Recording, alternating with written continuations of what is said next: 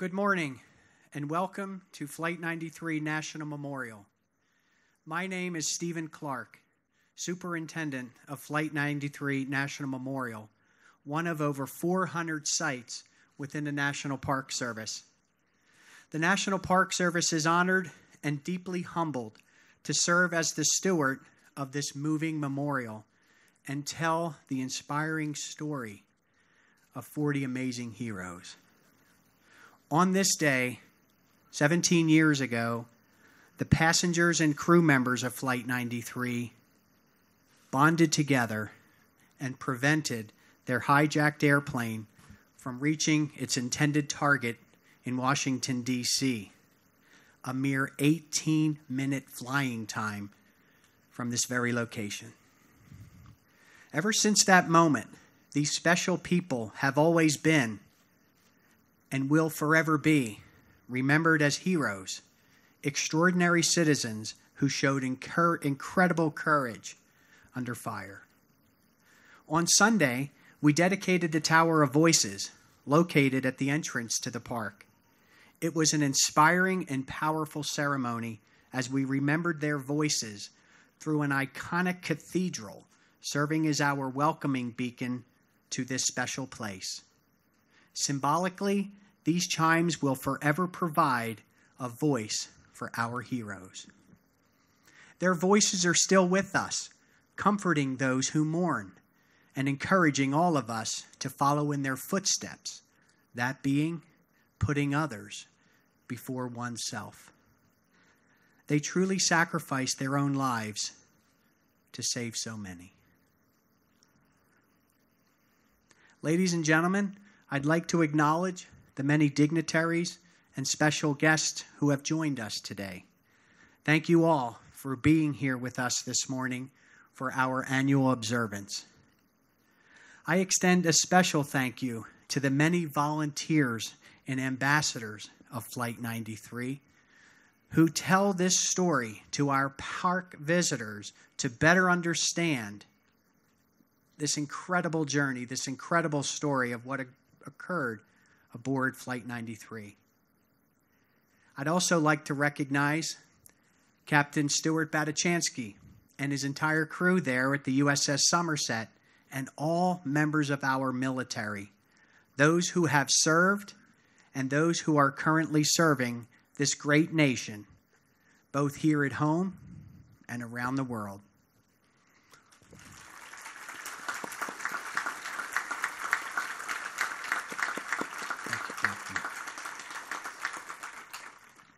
Also, a special thank you to all of our law enforcement personnel, firefighters, and first responders for putting their neighbors before themselves each and every day. Ever since the events of September 11th, 2001, thank you very much. Thank you.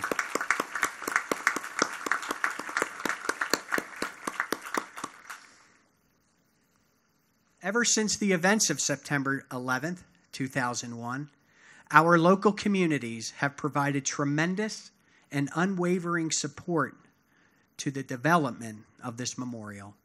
For that, we are eternally grateful. And of course, we welcome and thank the families of Flight 93 for being with us today as we honor the memories of your loved ones.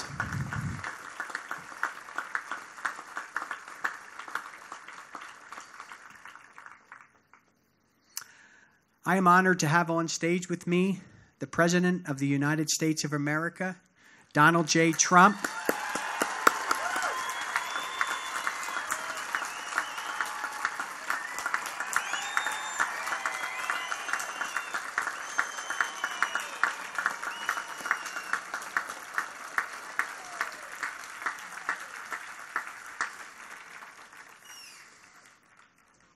First Lady Melania Trump.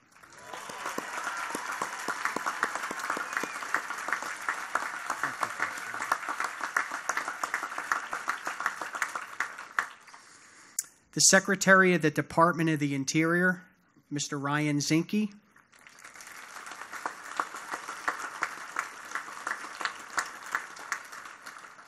The Governor of this great Commonwealth of Pennsylvania, Mr. Tom Wolf.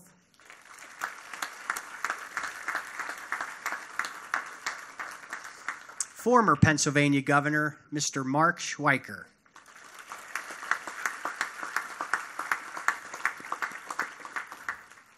The President of the Families of Flight 93, Mr. Gordon Felt.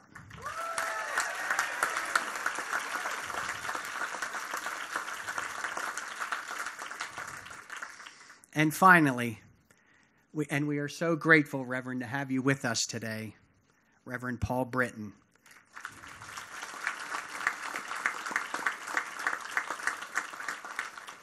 Reverend Britton is the brother of Marion Britton, a passenger aboard Flight 93.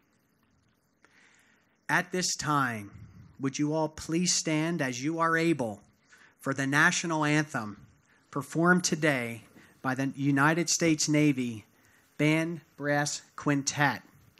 I ask that you please remain standing as Reverend Britton leads us in the invocation, followed by a moment of silence.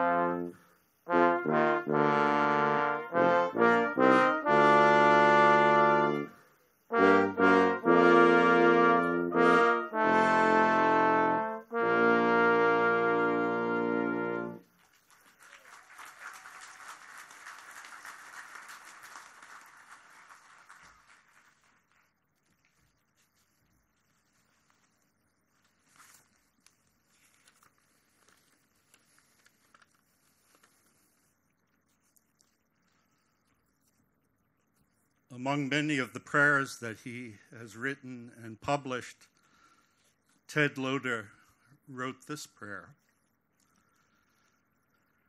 Empower me to be a bold participant rather than a timid saint in waiting. Help me not to wait in the difficulty of ordinariness, to exercise the authority of honesty, rather than to defer to power or deceive to get it, to influence someone for justice rather than impress anyone for gain, and by grace to find treasures of joy, of friendship, of peace, hidden in the fields of daily life, the fields you give me to plow. Joshua, taking the people into a new land, was given a command 3 times. Be strong and of good courage. Be strong and very courageous. Do not be afraid. They, the 40, acted not subdued by the power of violence and not held back by the disease of fear. They, our 40, acted from a friendship formed in but a few minutes, from a peace of heart and mind in their newfound community. They, the 40, were strong and courageous on behalf of you and I and all others. For the love of others and by grace to protect others. They challenge us to do no less than to live strong lives courageously for others. Be strong, be courageous. Do not be afraid. I ask you to weave your hearts and minds into one spirit as we pause in silence in their honor.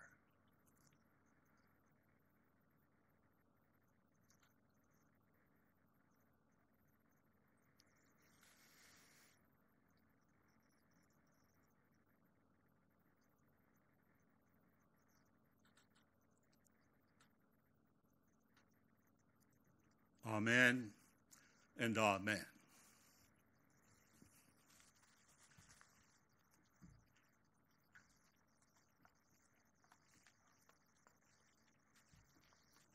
Please be seated.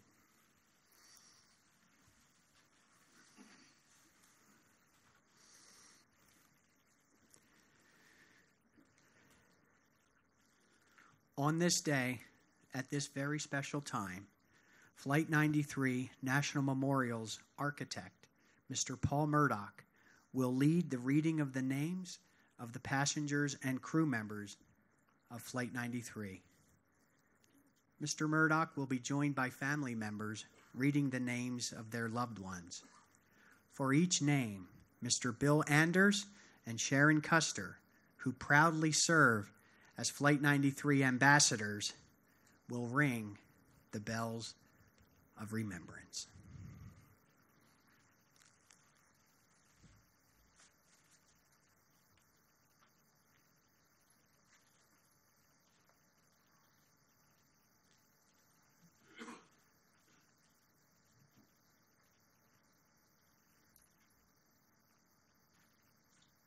Christian Adams.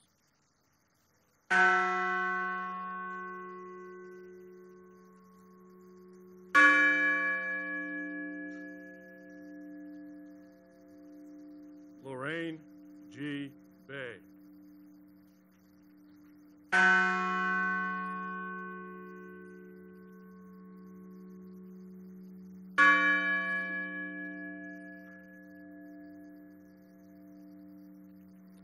Todd M.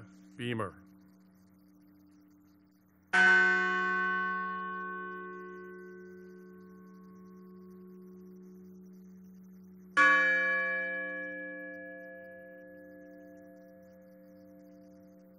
My husband, Alan Anthony Bevan.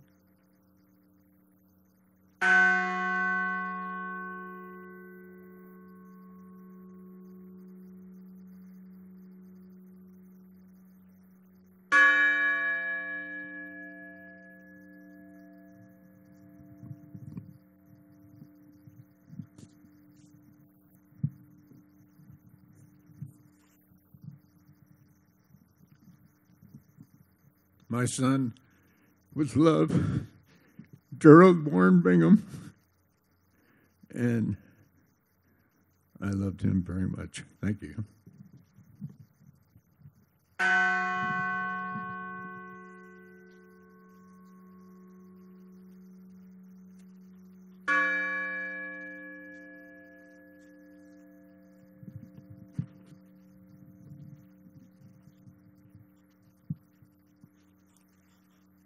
Diora Frances Bodley.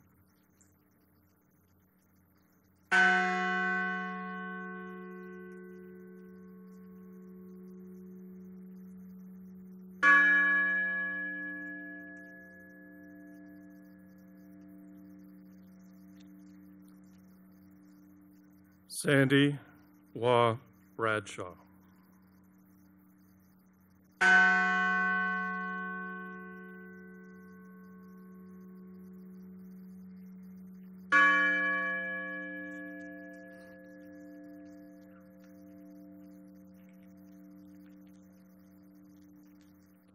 Marion R. Britton.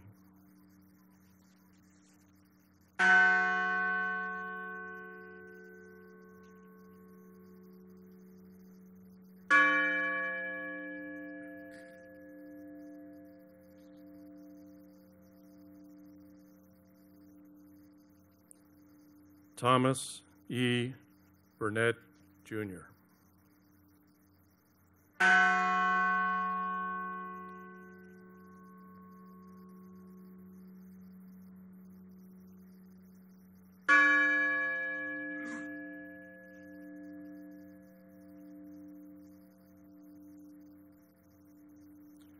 William Joseph Cashman.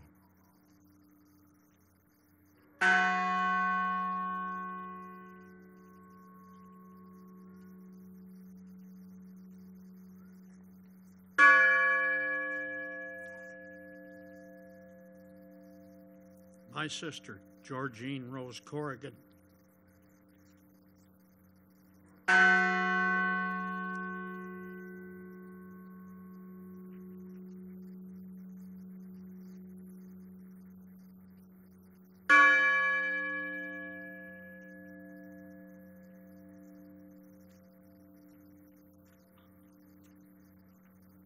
Patricia Cushing.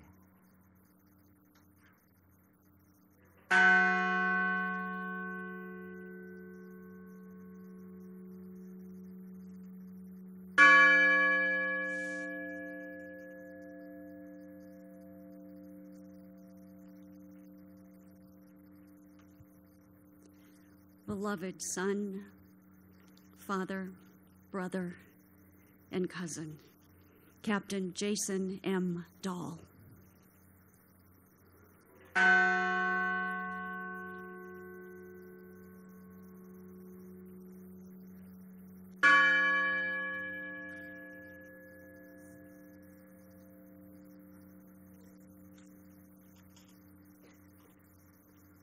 Joseph DeLuca.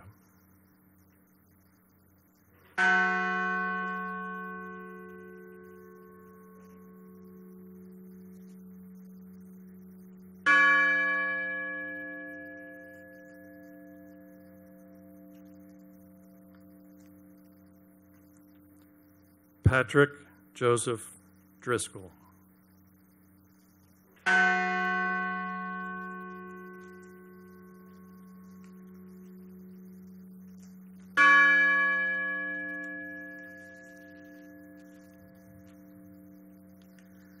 My cousin, Edward Porter Felt.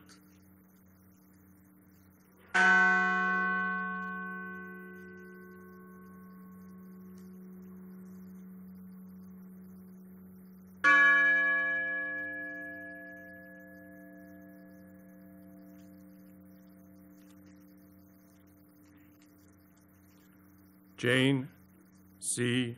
Folger.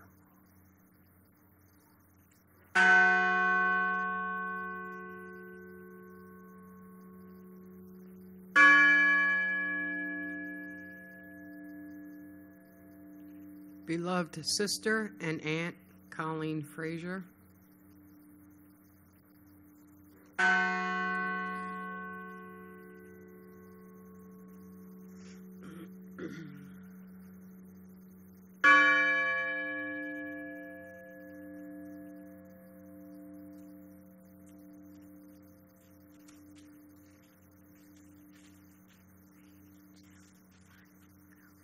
Our grandpa, Andrew Sonny Garcia.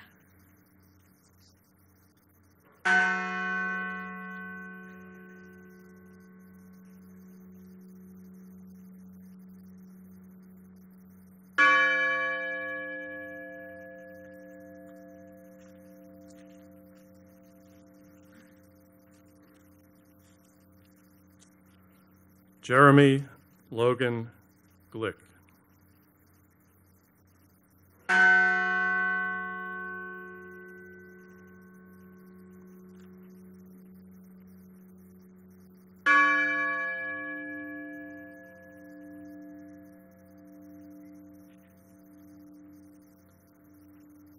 Kristen Osterholm White Gould.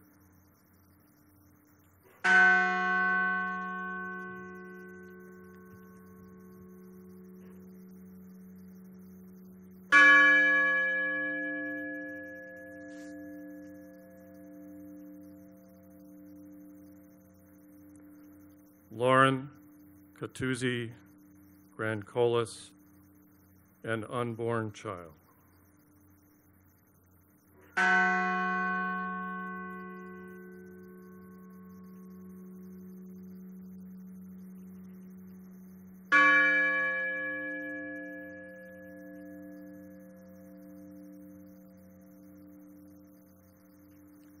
My best friend and sister, Wanda Anita Green.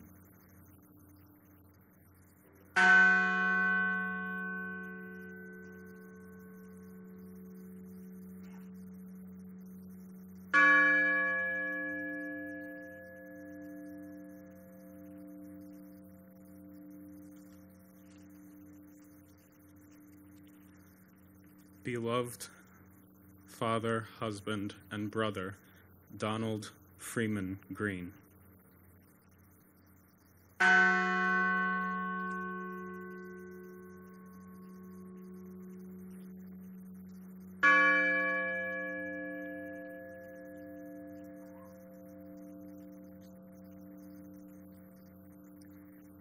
My sister, Linda Christine Gronlund.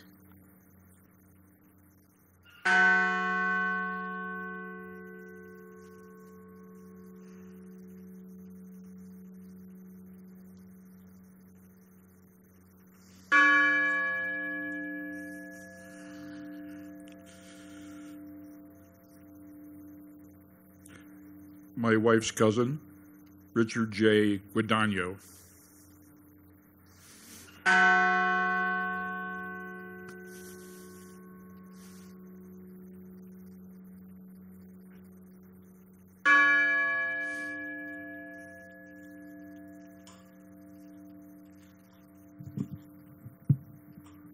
My cousin, First Officer Leroy Homer.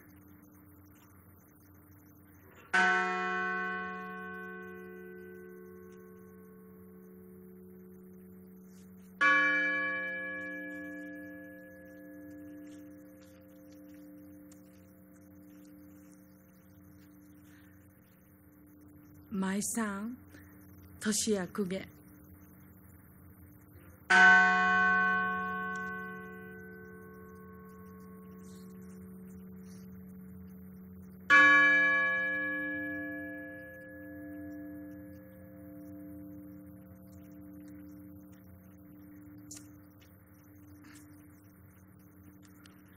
In memory of Carrie, I present the name of our daughter, who was a very loving mother to Jerome and Javon, a very loving sister to Tony and William, flight attendant, Cece Ross Lyles.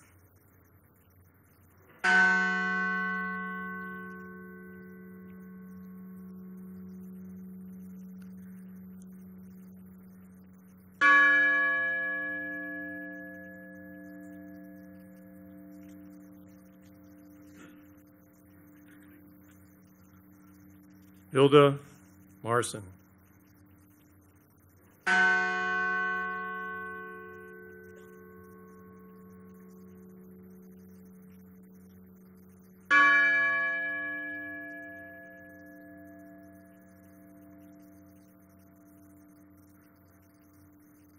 Waleska Martinez.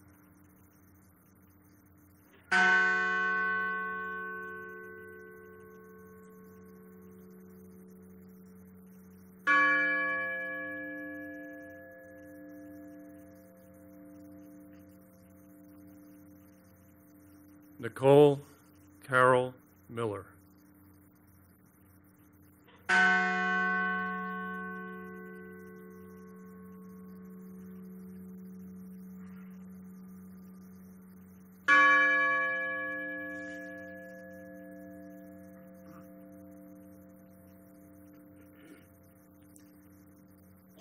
all of our brother, Louis Joey Nagy II.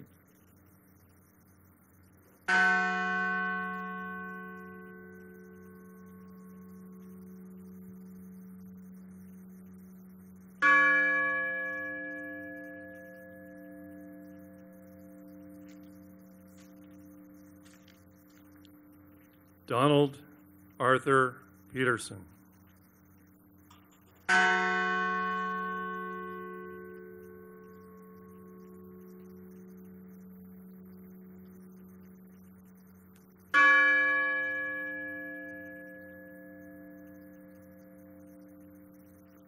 Jean Hoadley Peterson.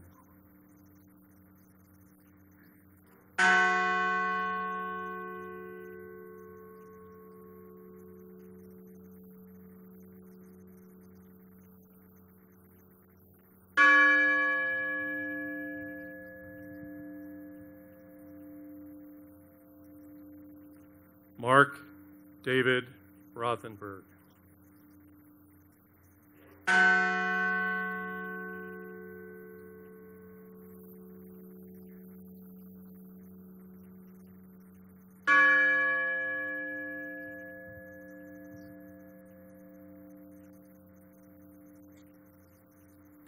Christine Ann Snyder.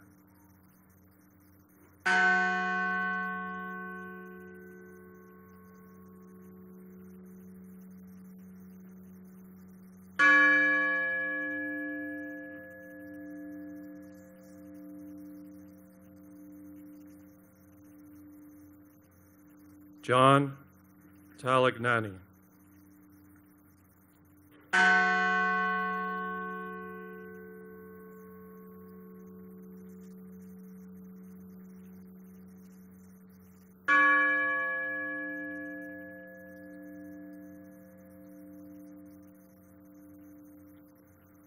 Honor Elizabeth Wainio.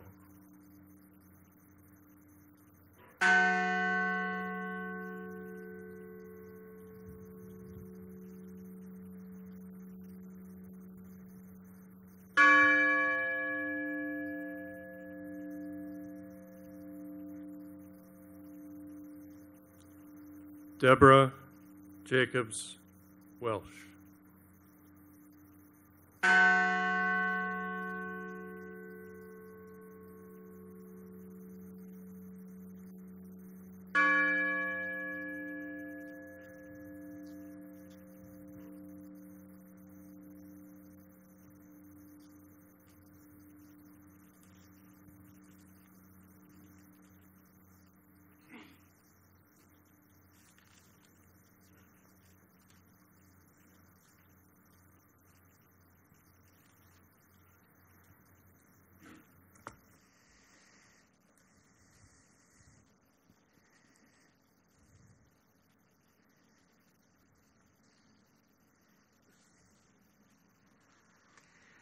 Thank you to all of the family members and to Mr. Paul Murdoch for assisting us with this very special tradition of the observance ceremony.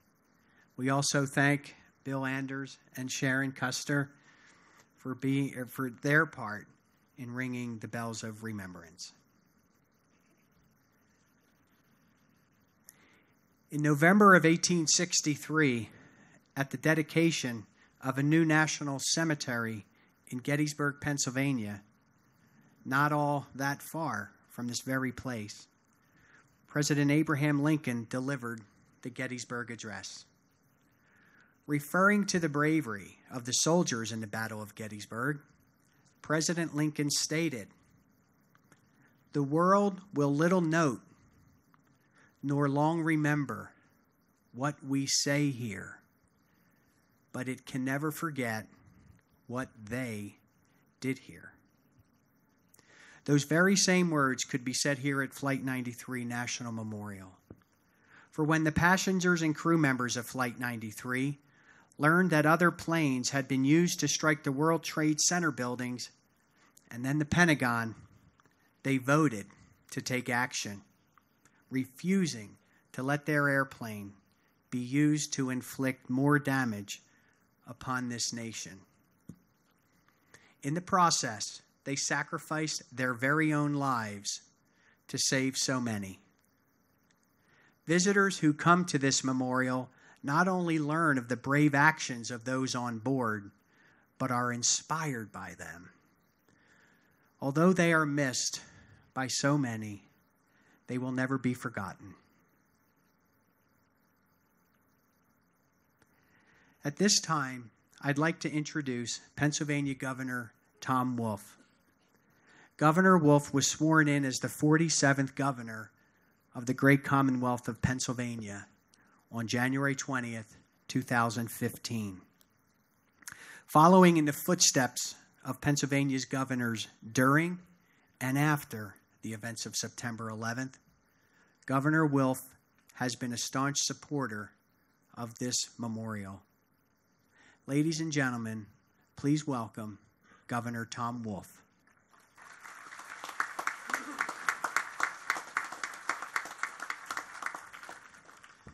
Thank you very much. And thank you, all of you, for being here today as we remember those we lost 17 years ago today.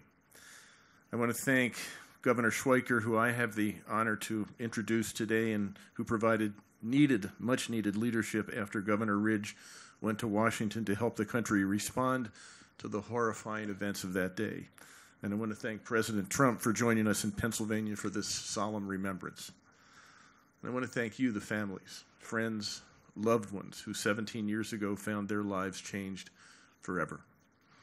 We all owe a debt of gratitude to the family members who learned of the attacks happening in New York, Washington, and took decisive action. Since I became governor, I have been honored to speak before you and offer what little thanks I can on behalf of myself and the Commonwealth for the great sacrifice you all made.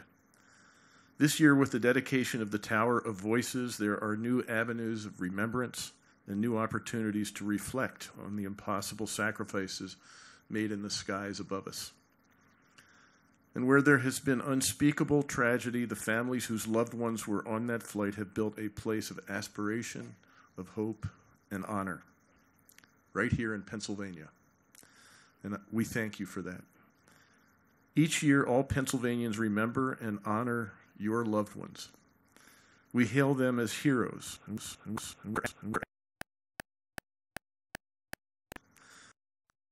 You know, one of the most overused words in any language. We may bestow it this title too frequently. But the people who found themselves on Flight 93, the 40, in the skies above us, are in fact heroes. The first responders and everyday citizens that came to the crash site, they're heroes too. And they did these things in the most heroic fashion, the most laudable things imaginable. They did not know who they were saving. They did not know where the plane would lead or whose lives that plane might take. They only knew that their fellow Americans were at risk, and so they sacrificed everything for them. Their actions were heroic. Their sacrifice was patriotic. We all hope that faced with the same situation, we might make the same choices. But it's no guarantee because the people on that flight were truly special. They were truly heroes. So on behalf of all Pennsylvanians, I again give our deepest thanks and our most sincere gratitude. In the days following the attack, Pennsylvania was lucky to be led by individuals who rose to the challenge before them. They suddenly led a state that became a battlefield in a country beset by distress, with fear. But where there was uncertainty, they led with strength. Where there was division, they led with unity and common purpose. Where there was fear, they led with compassion. Where there was cravenness, they led with courage. And while they awoke with the same fear, the same worry for their families, their children, their wives and husbands that we all had in the days following the attack, they were stoic and they were strong. And they helped all of us rebuild our institutions along with our confidence. Governors Ridge and Schweiker and their colleagues nationally set a path toward recovery. And their dedication to this very site has given thousands of visitors a means to remember true heroism and real patriotism. And I thank both Governor Ridge and Governor Schweiker for their inspiration and for their service. And so it is with great honor that I introduce Pennsylvania's 44th governor, Governor Mark Schweiker.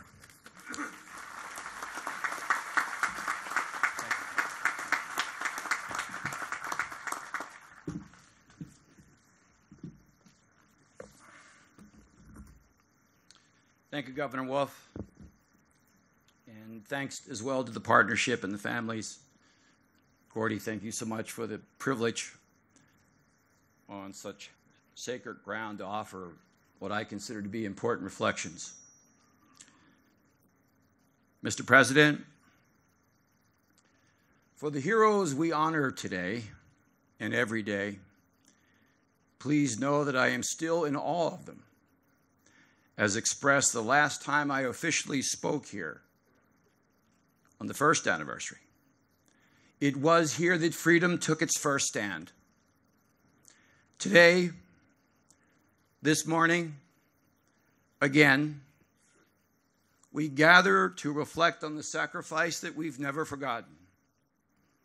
It's hard to believe that it's been 6,205 days since they defeated terror in the skies above.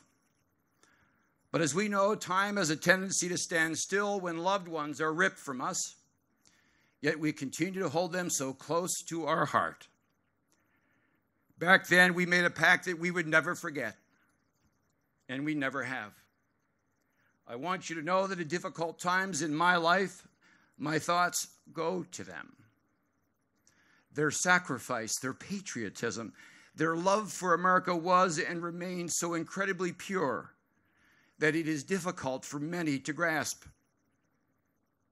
Thomas Burnett Jr. told his wife, Dina, a group of us are getting ready to do something. I have to go. I love you. Goodbye. Gordon Felt's brother, Edward, called 911 to report the hijacking. In a moment of horror, he too was thinking of others. Deora Frances Bodley would be 38 years old today. That day, she was the youngest passenger on board. Deora's mom, Debbie, touchingly told a reporter in 2015, "It's important to me that the visitor sees what these 40 people took on to take a stand for freedom, to take the kind of stand that cost their lives. Maybe there will be some special thing they see about Deora that will inspire them." As I said to Debbie on Sunday at the dedication, we know how special your daughter is. We know how special they all are.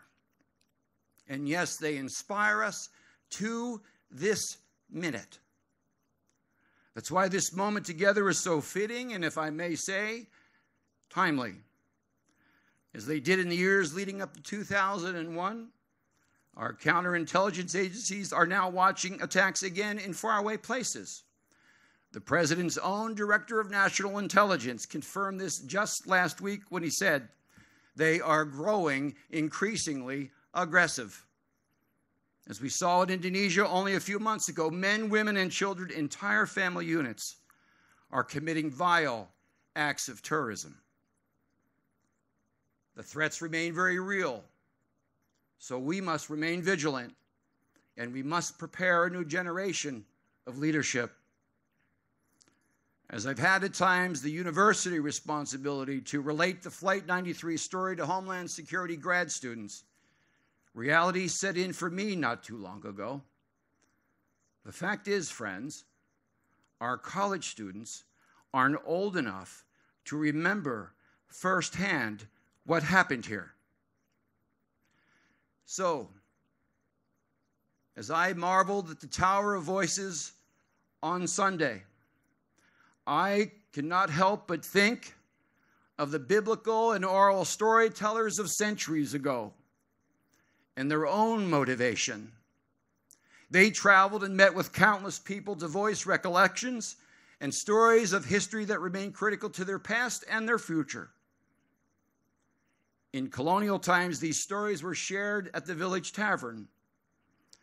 Decades ago, these narratives were told on porch steps from Nebraska to Pennsylvania and beyond. Their job often self-chosen, was to ensure people did not forget the events that shaped their lives and cultures. Might I suggest, then, that these chimes, Paul, on this sacred ground, help tell the story of 40 brave souls who came together by chance, sacrificed to provide protection, and in so doing, changed our world. It's as if these chimes musically ring in our ears with 3 striking notes. We must never forget what took place here. We must never forget the heroes who sacrificed here. And we must never forget and always strive to reach the purity of their remarkably noble sacrifice. So, my fellow Americans, can you hear the chorus? Do you hear the patriot's call? Hopefully, you do. So when you return home to your daily lives, please share the story of the Flight 93 Patriots. Be their storyteller. And when you do, tell everyone on September 11th, 2001, at 9:33 a.m., it was here that freedom took its dramatic stand. God bless us all in this important work. And thank you for having me, Gordon.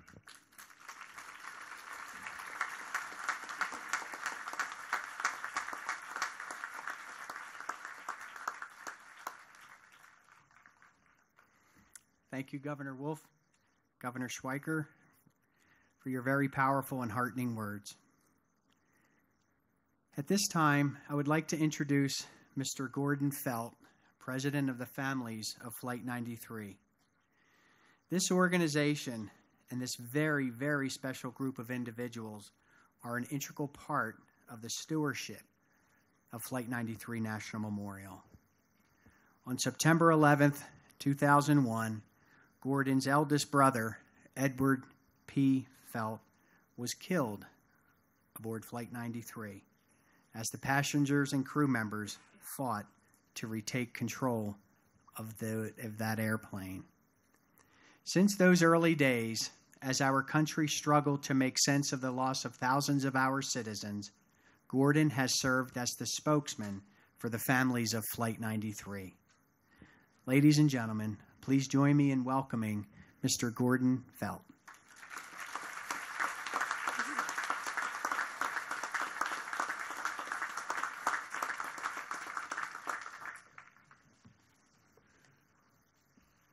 Mr. President, Mrs. Trump, Governor Wolf, Governor Schweiker, Secretary Zinke, Senator and Mrs. Casey, Congressman Schuster, Rothfuss, and Barletta, captain and crew of the USS Somerset, distinguished guests, those that serve our nation through their work with the National Park Service, National Park Foundation, Flight 93 National Memorial Ambassadors, friends of Flight 93, visitors, and dearest to my heart, families of Flight 93.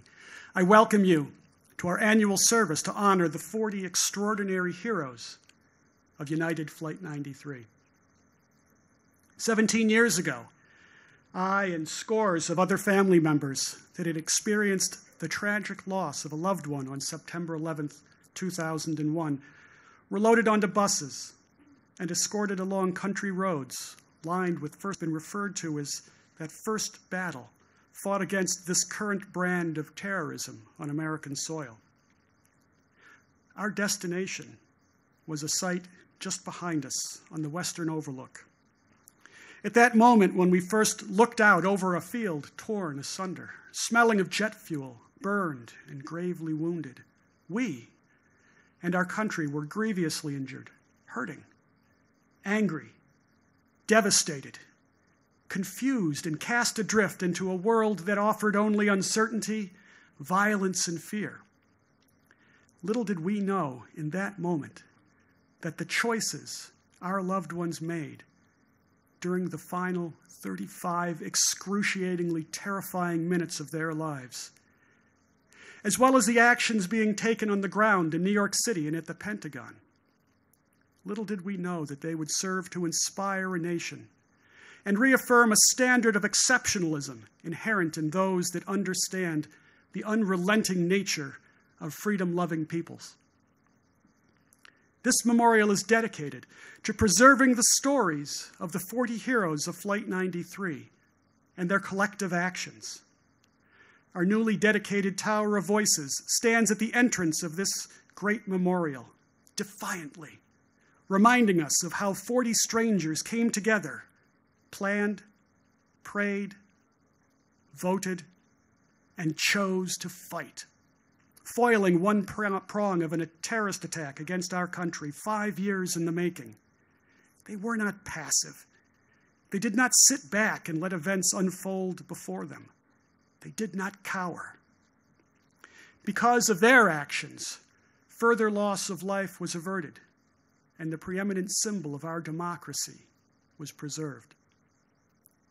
This Flight 93 National Memorial was designed to not only honor their memory and enshrine the history of September 11th, 2001 for future generations, but to also inspire those that take time to bear witness to their sacrifice. 35 minutes, a fraction of an hour, a lifetime to our loved ones. 35 minutes during which a choice was made, the course of history was changed, and a more devastating impact of the terrorist attack against our country was averted. I'm often asked what, if anything, can we learn from the events of September 11th? It's a complex question, and one that could provoke hour upon hour of discussion, leading to many tangential responses. However, I firmly believe that the heroes of Flight 93 set a standard, reminding us what we instinctually know to be true, but all too often neglect to realize. The diverse individuals aboard Flight 93 the morning of September 11th, 2001, could easily have been any one of us. They ranged in age, from the unborn to those enjoying retirement, from varying backgrounds, professions, ethnicities, countries, and religions, whose diversity clearly added significant value to the choice that they made. When faced with a challenge that hopefully far exceeds anything that most of us will ever have to face, they were able to come together in mere minutes, not as 40 individuals, but rather as one unified force. They chose to stand together and fight as a single, united group. In their case, it was a hastily planned attack to retake control of a plane. On the ground in New York and at the Pentagon, it was a choice to run into buildings, or if already there, to assist others from fiery infernos on the verge of collapse. How do we honor these heroes? How do we help keep their memory alive so that they can continue to motivate us and impact the course of our history? The answer, as I've been trying to articulate for years, is by choosing to do so. We have to choose to actively remember. There should never be a time when we willingly sit back and opt to remain idle when evil threatens our freedom. We have to choose to be inspired by the collaborative actions of our heroes. And most importantly, choose to rise up and be better, as our loved ones did in their final moments. They deserve no less. And we, as freedom-loving people, can afford no less.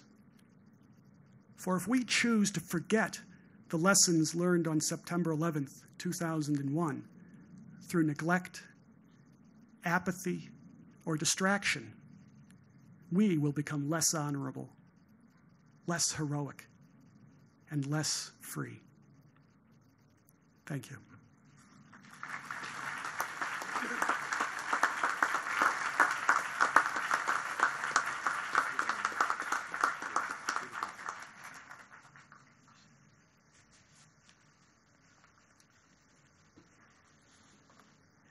Thank you, Gordy.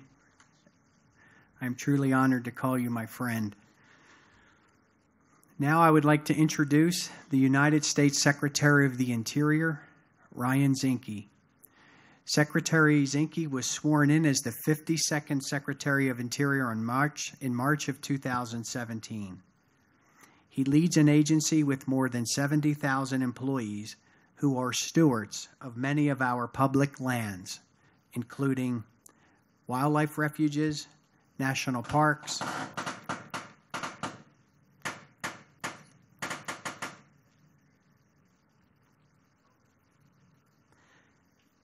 national memorials, such as this one.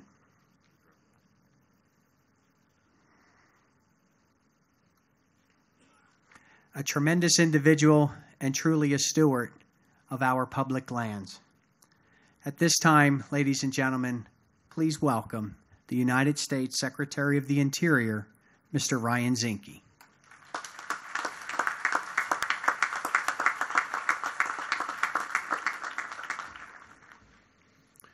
It's been 17 years now since September 11th, 2001.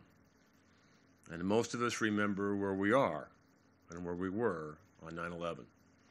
For me, I was a Navy SEAL instructor. I recall looking in the eyes of the young SEAL candidates and knowing at that time their lives would change forever. The last lines of our national anthem tell us that America is the home of the brave. And on that day, courageous patriots exemplified that bravery in the aisles of Flight 93. Though it's been 17 years, the pain of their passing remains.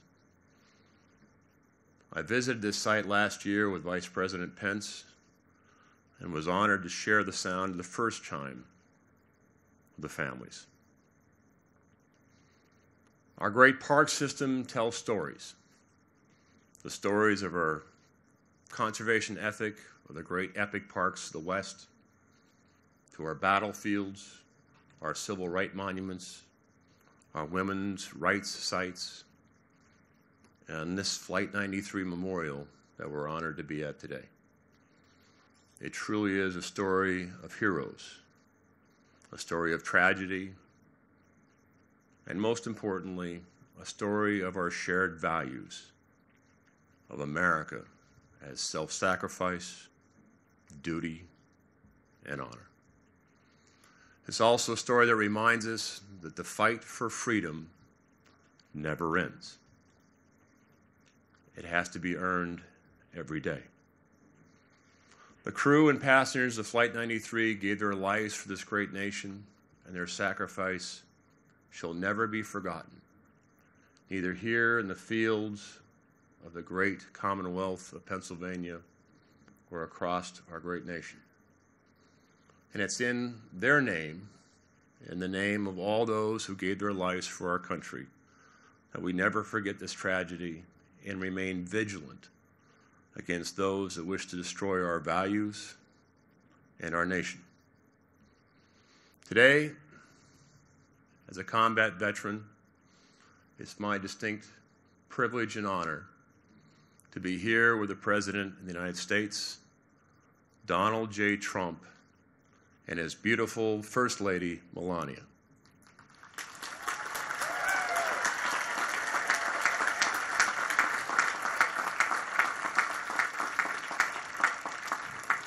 And I would like to thank Donald Trump, President Donald Trump,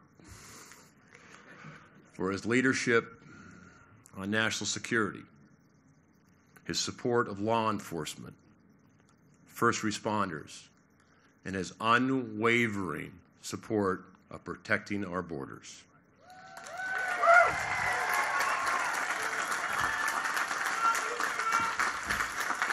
Ladies and gentlemen, please help me welcome our President, Donald J. Trump.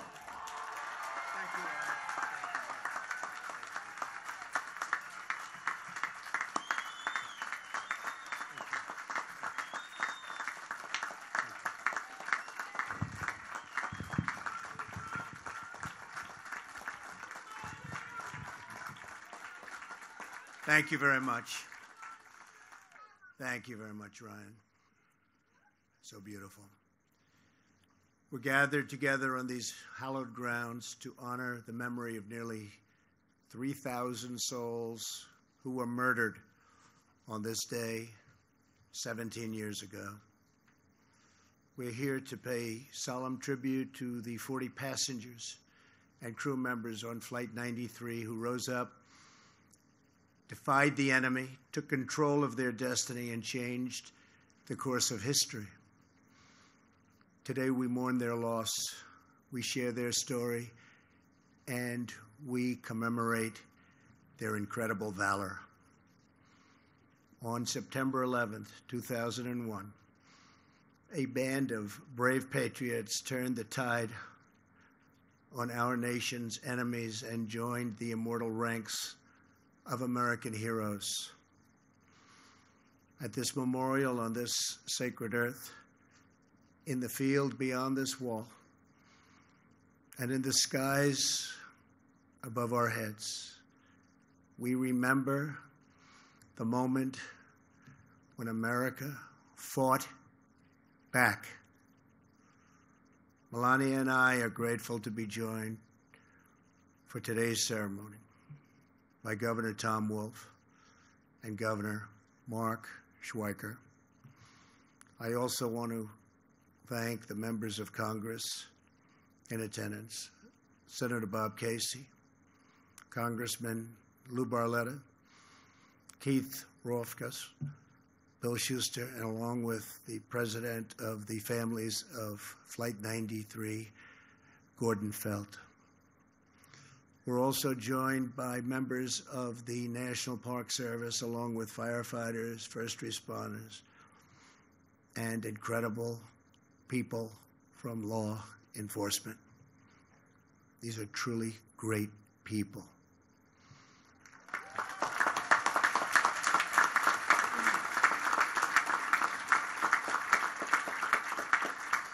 Some of you here today answered the call and raced to this field 17 years ago.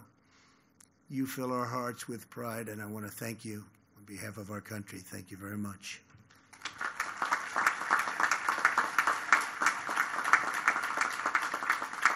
Most importantly, to the family members of Flight 93.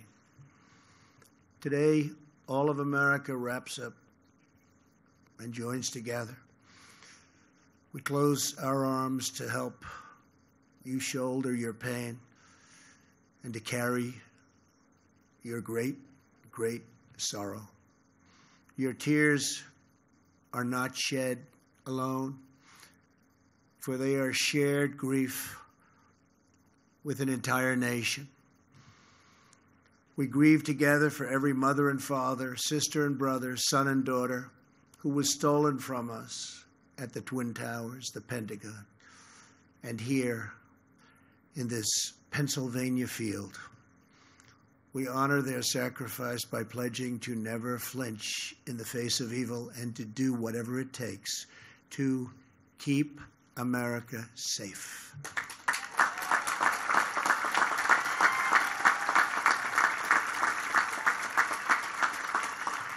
"17 years ago, your loved ones were among the 40 of Flight 93, the 40 passengers and crew members on board the 8 a.m. United Airlines flight from Newark to San Francisco. They were men and women from every background. They were young people returning from visiting family, moms and dads on business trips, and friends going and coming from birthdays and weddings. They boarded the plane as strangers, and they entered eternity, linked forever as true heroes.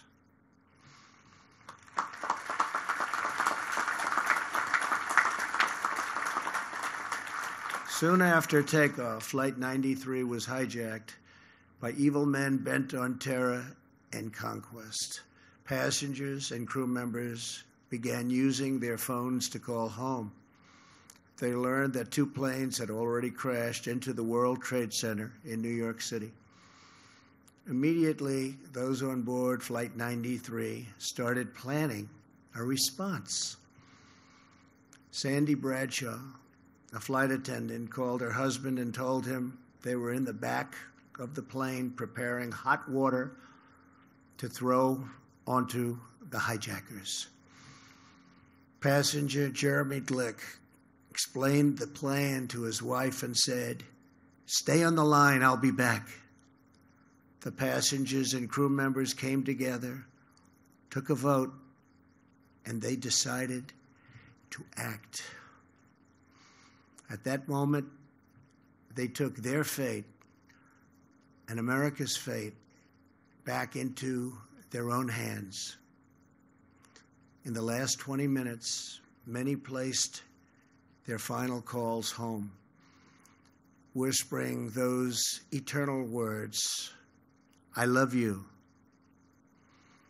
Some said the Lord's Prayer, and then they bravely charged the cockpit.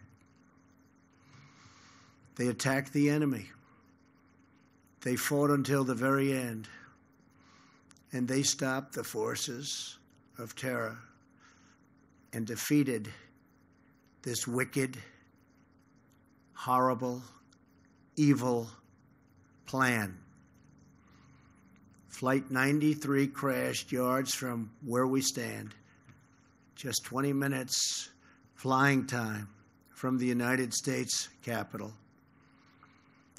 Through their sacrifice, the 40 saved the lives of countless Americans, and they saved our capital from a devastating strike. In the days after the attack, tens of thousands of firefighters, police officers, and recovery workers traveled to New York and Arlington to crawl through the rubble and search for survivors.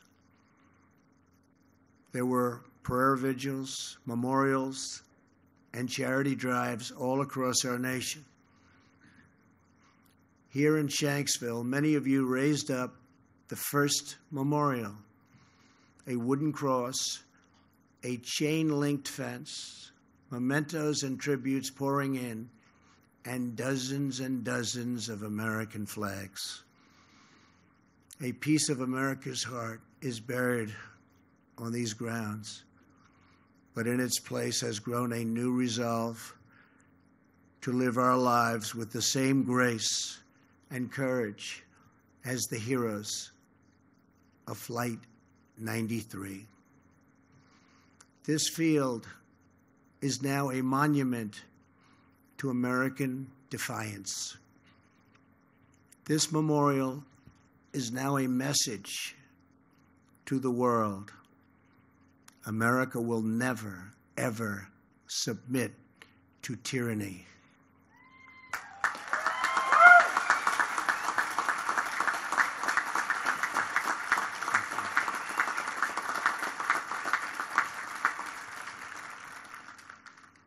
Since September 11th, nearly 5.5 million young Americans have enlisted in the United States Armed Forces. Nearly 7,000 service members have died facing down the menace of radical Islamic terrorism.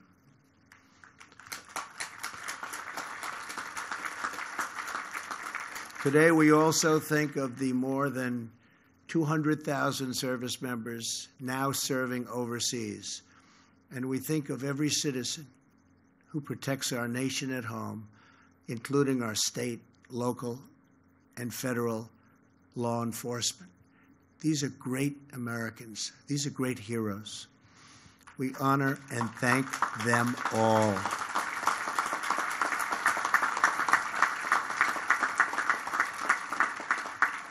As Commander-in-Chief, I will always do everything in my power to prevent terrorists from striking American soil.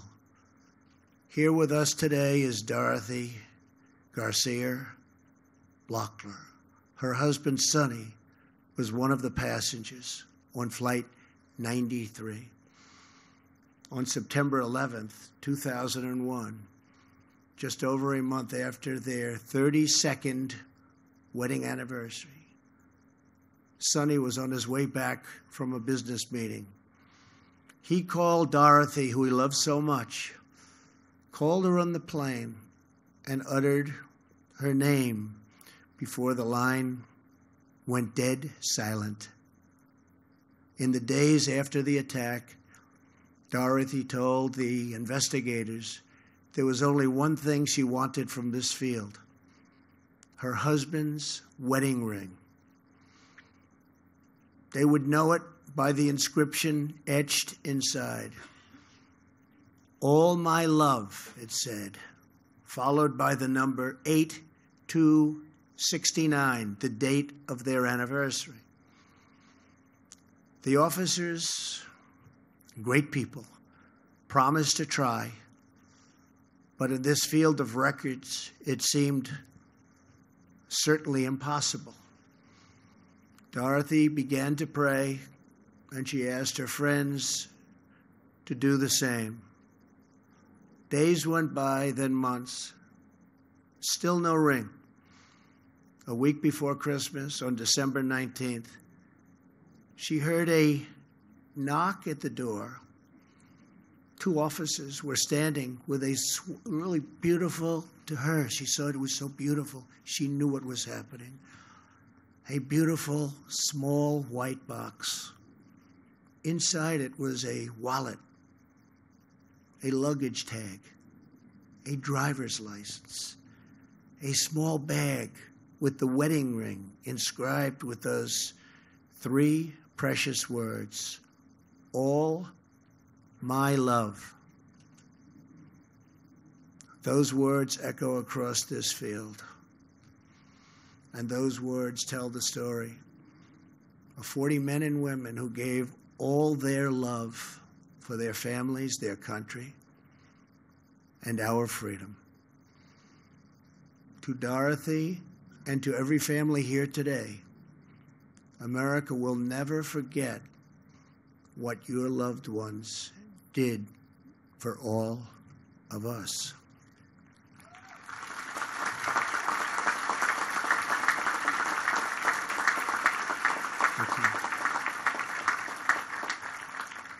Earlier this week, you dedicated the final part of this memorial, the Tower of Voices. Standing at 93 feet tall, the Tower of Voices is now the first structure visitors see when they come to this now sacred ground. It will hold 40 beautiful chimes that ring throughout these fields, each a unique note, but all in perfect harmony. Each time we hear those chimes playing in the wind, we will remember the 40. We will remember their faces, their voices, their stories, their courage, and their love. And we will remember that free people are never at the mercy of evil, because our destiny is always in our hands.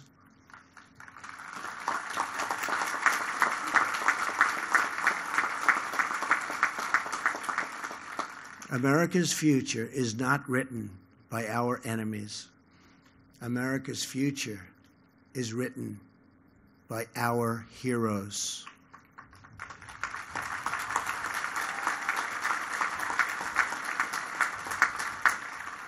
As long as this monument stands, as long as this memorial endures, brave patriots will rise up in America's hours of need, and they too will fight back.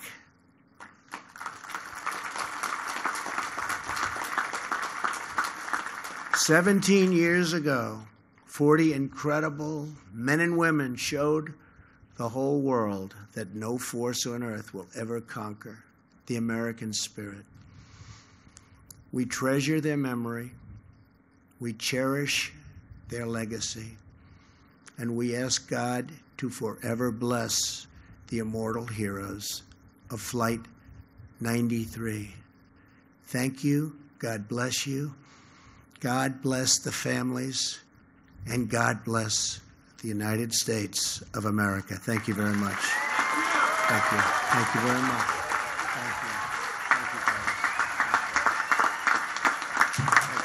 Thank you very much.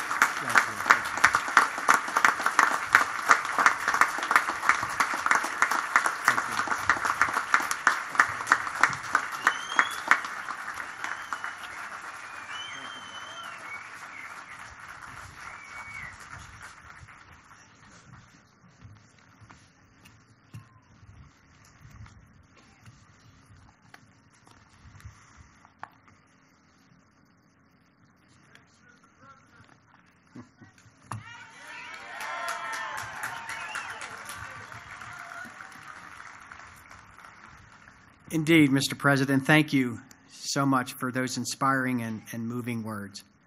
And once again, we are truly honored to have you and the First Lady with us here today.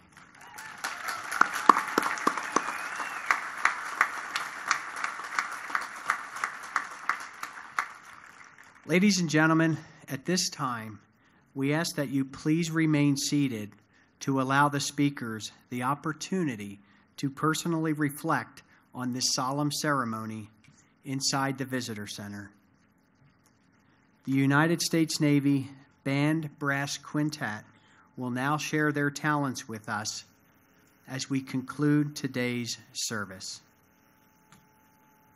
So to all of you, to all of the family members of Flight 93, those who are here with us and those who are not, and to everyone watching at home and all over the world, thank you again for taking the time to remember the passengers and crew members of Flight 93 and the nearly 3,000 lives that were lost on this day 17 years ago. Thank you.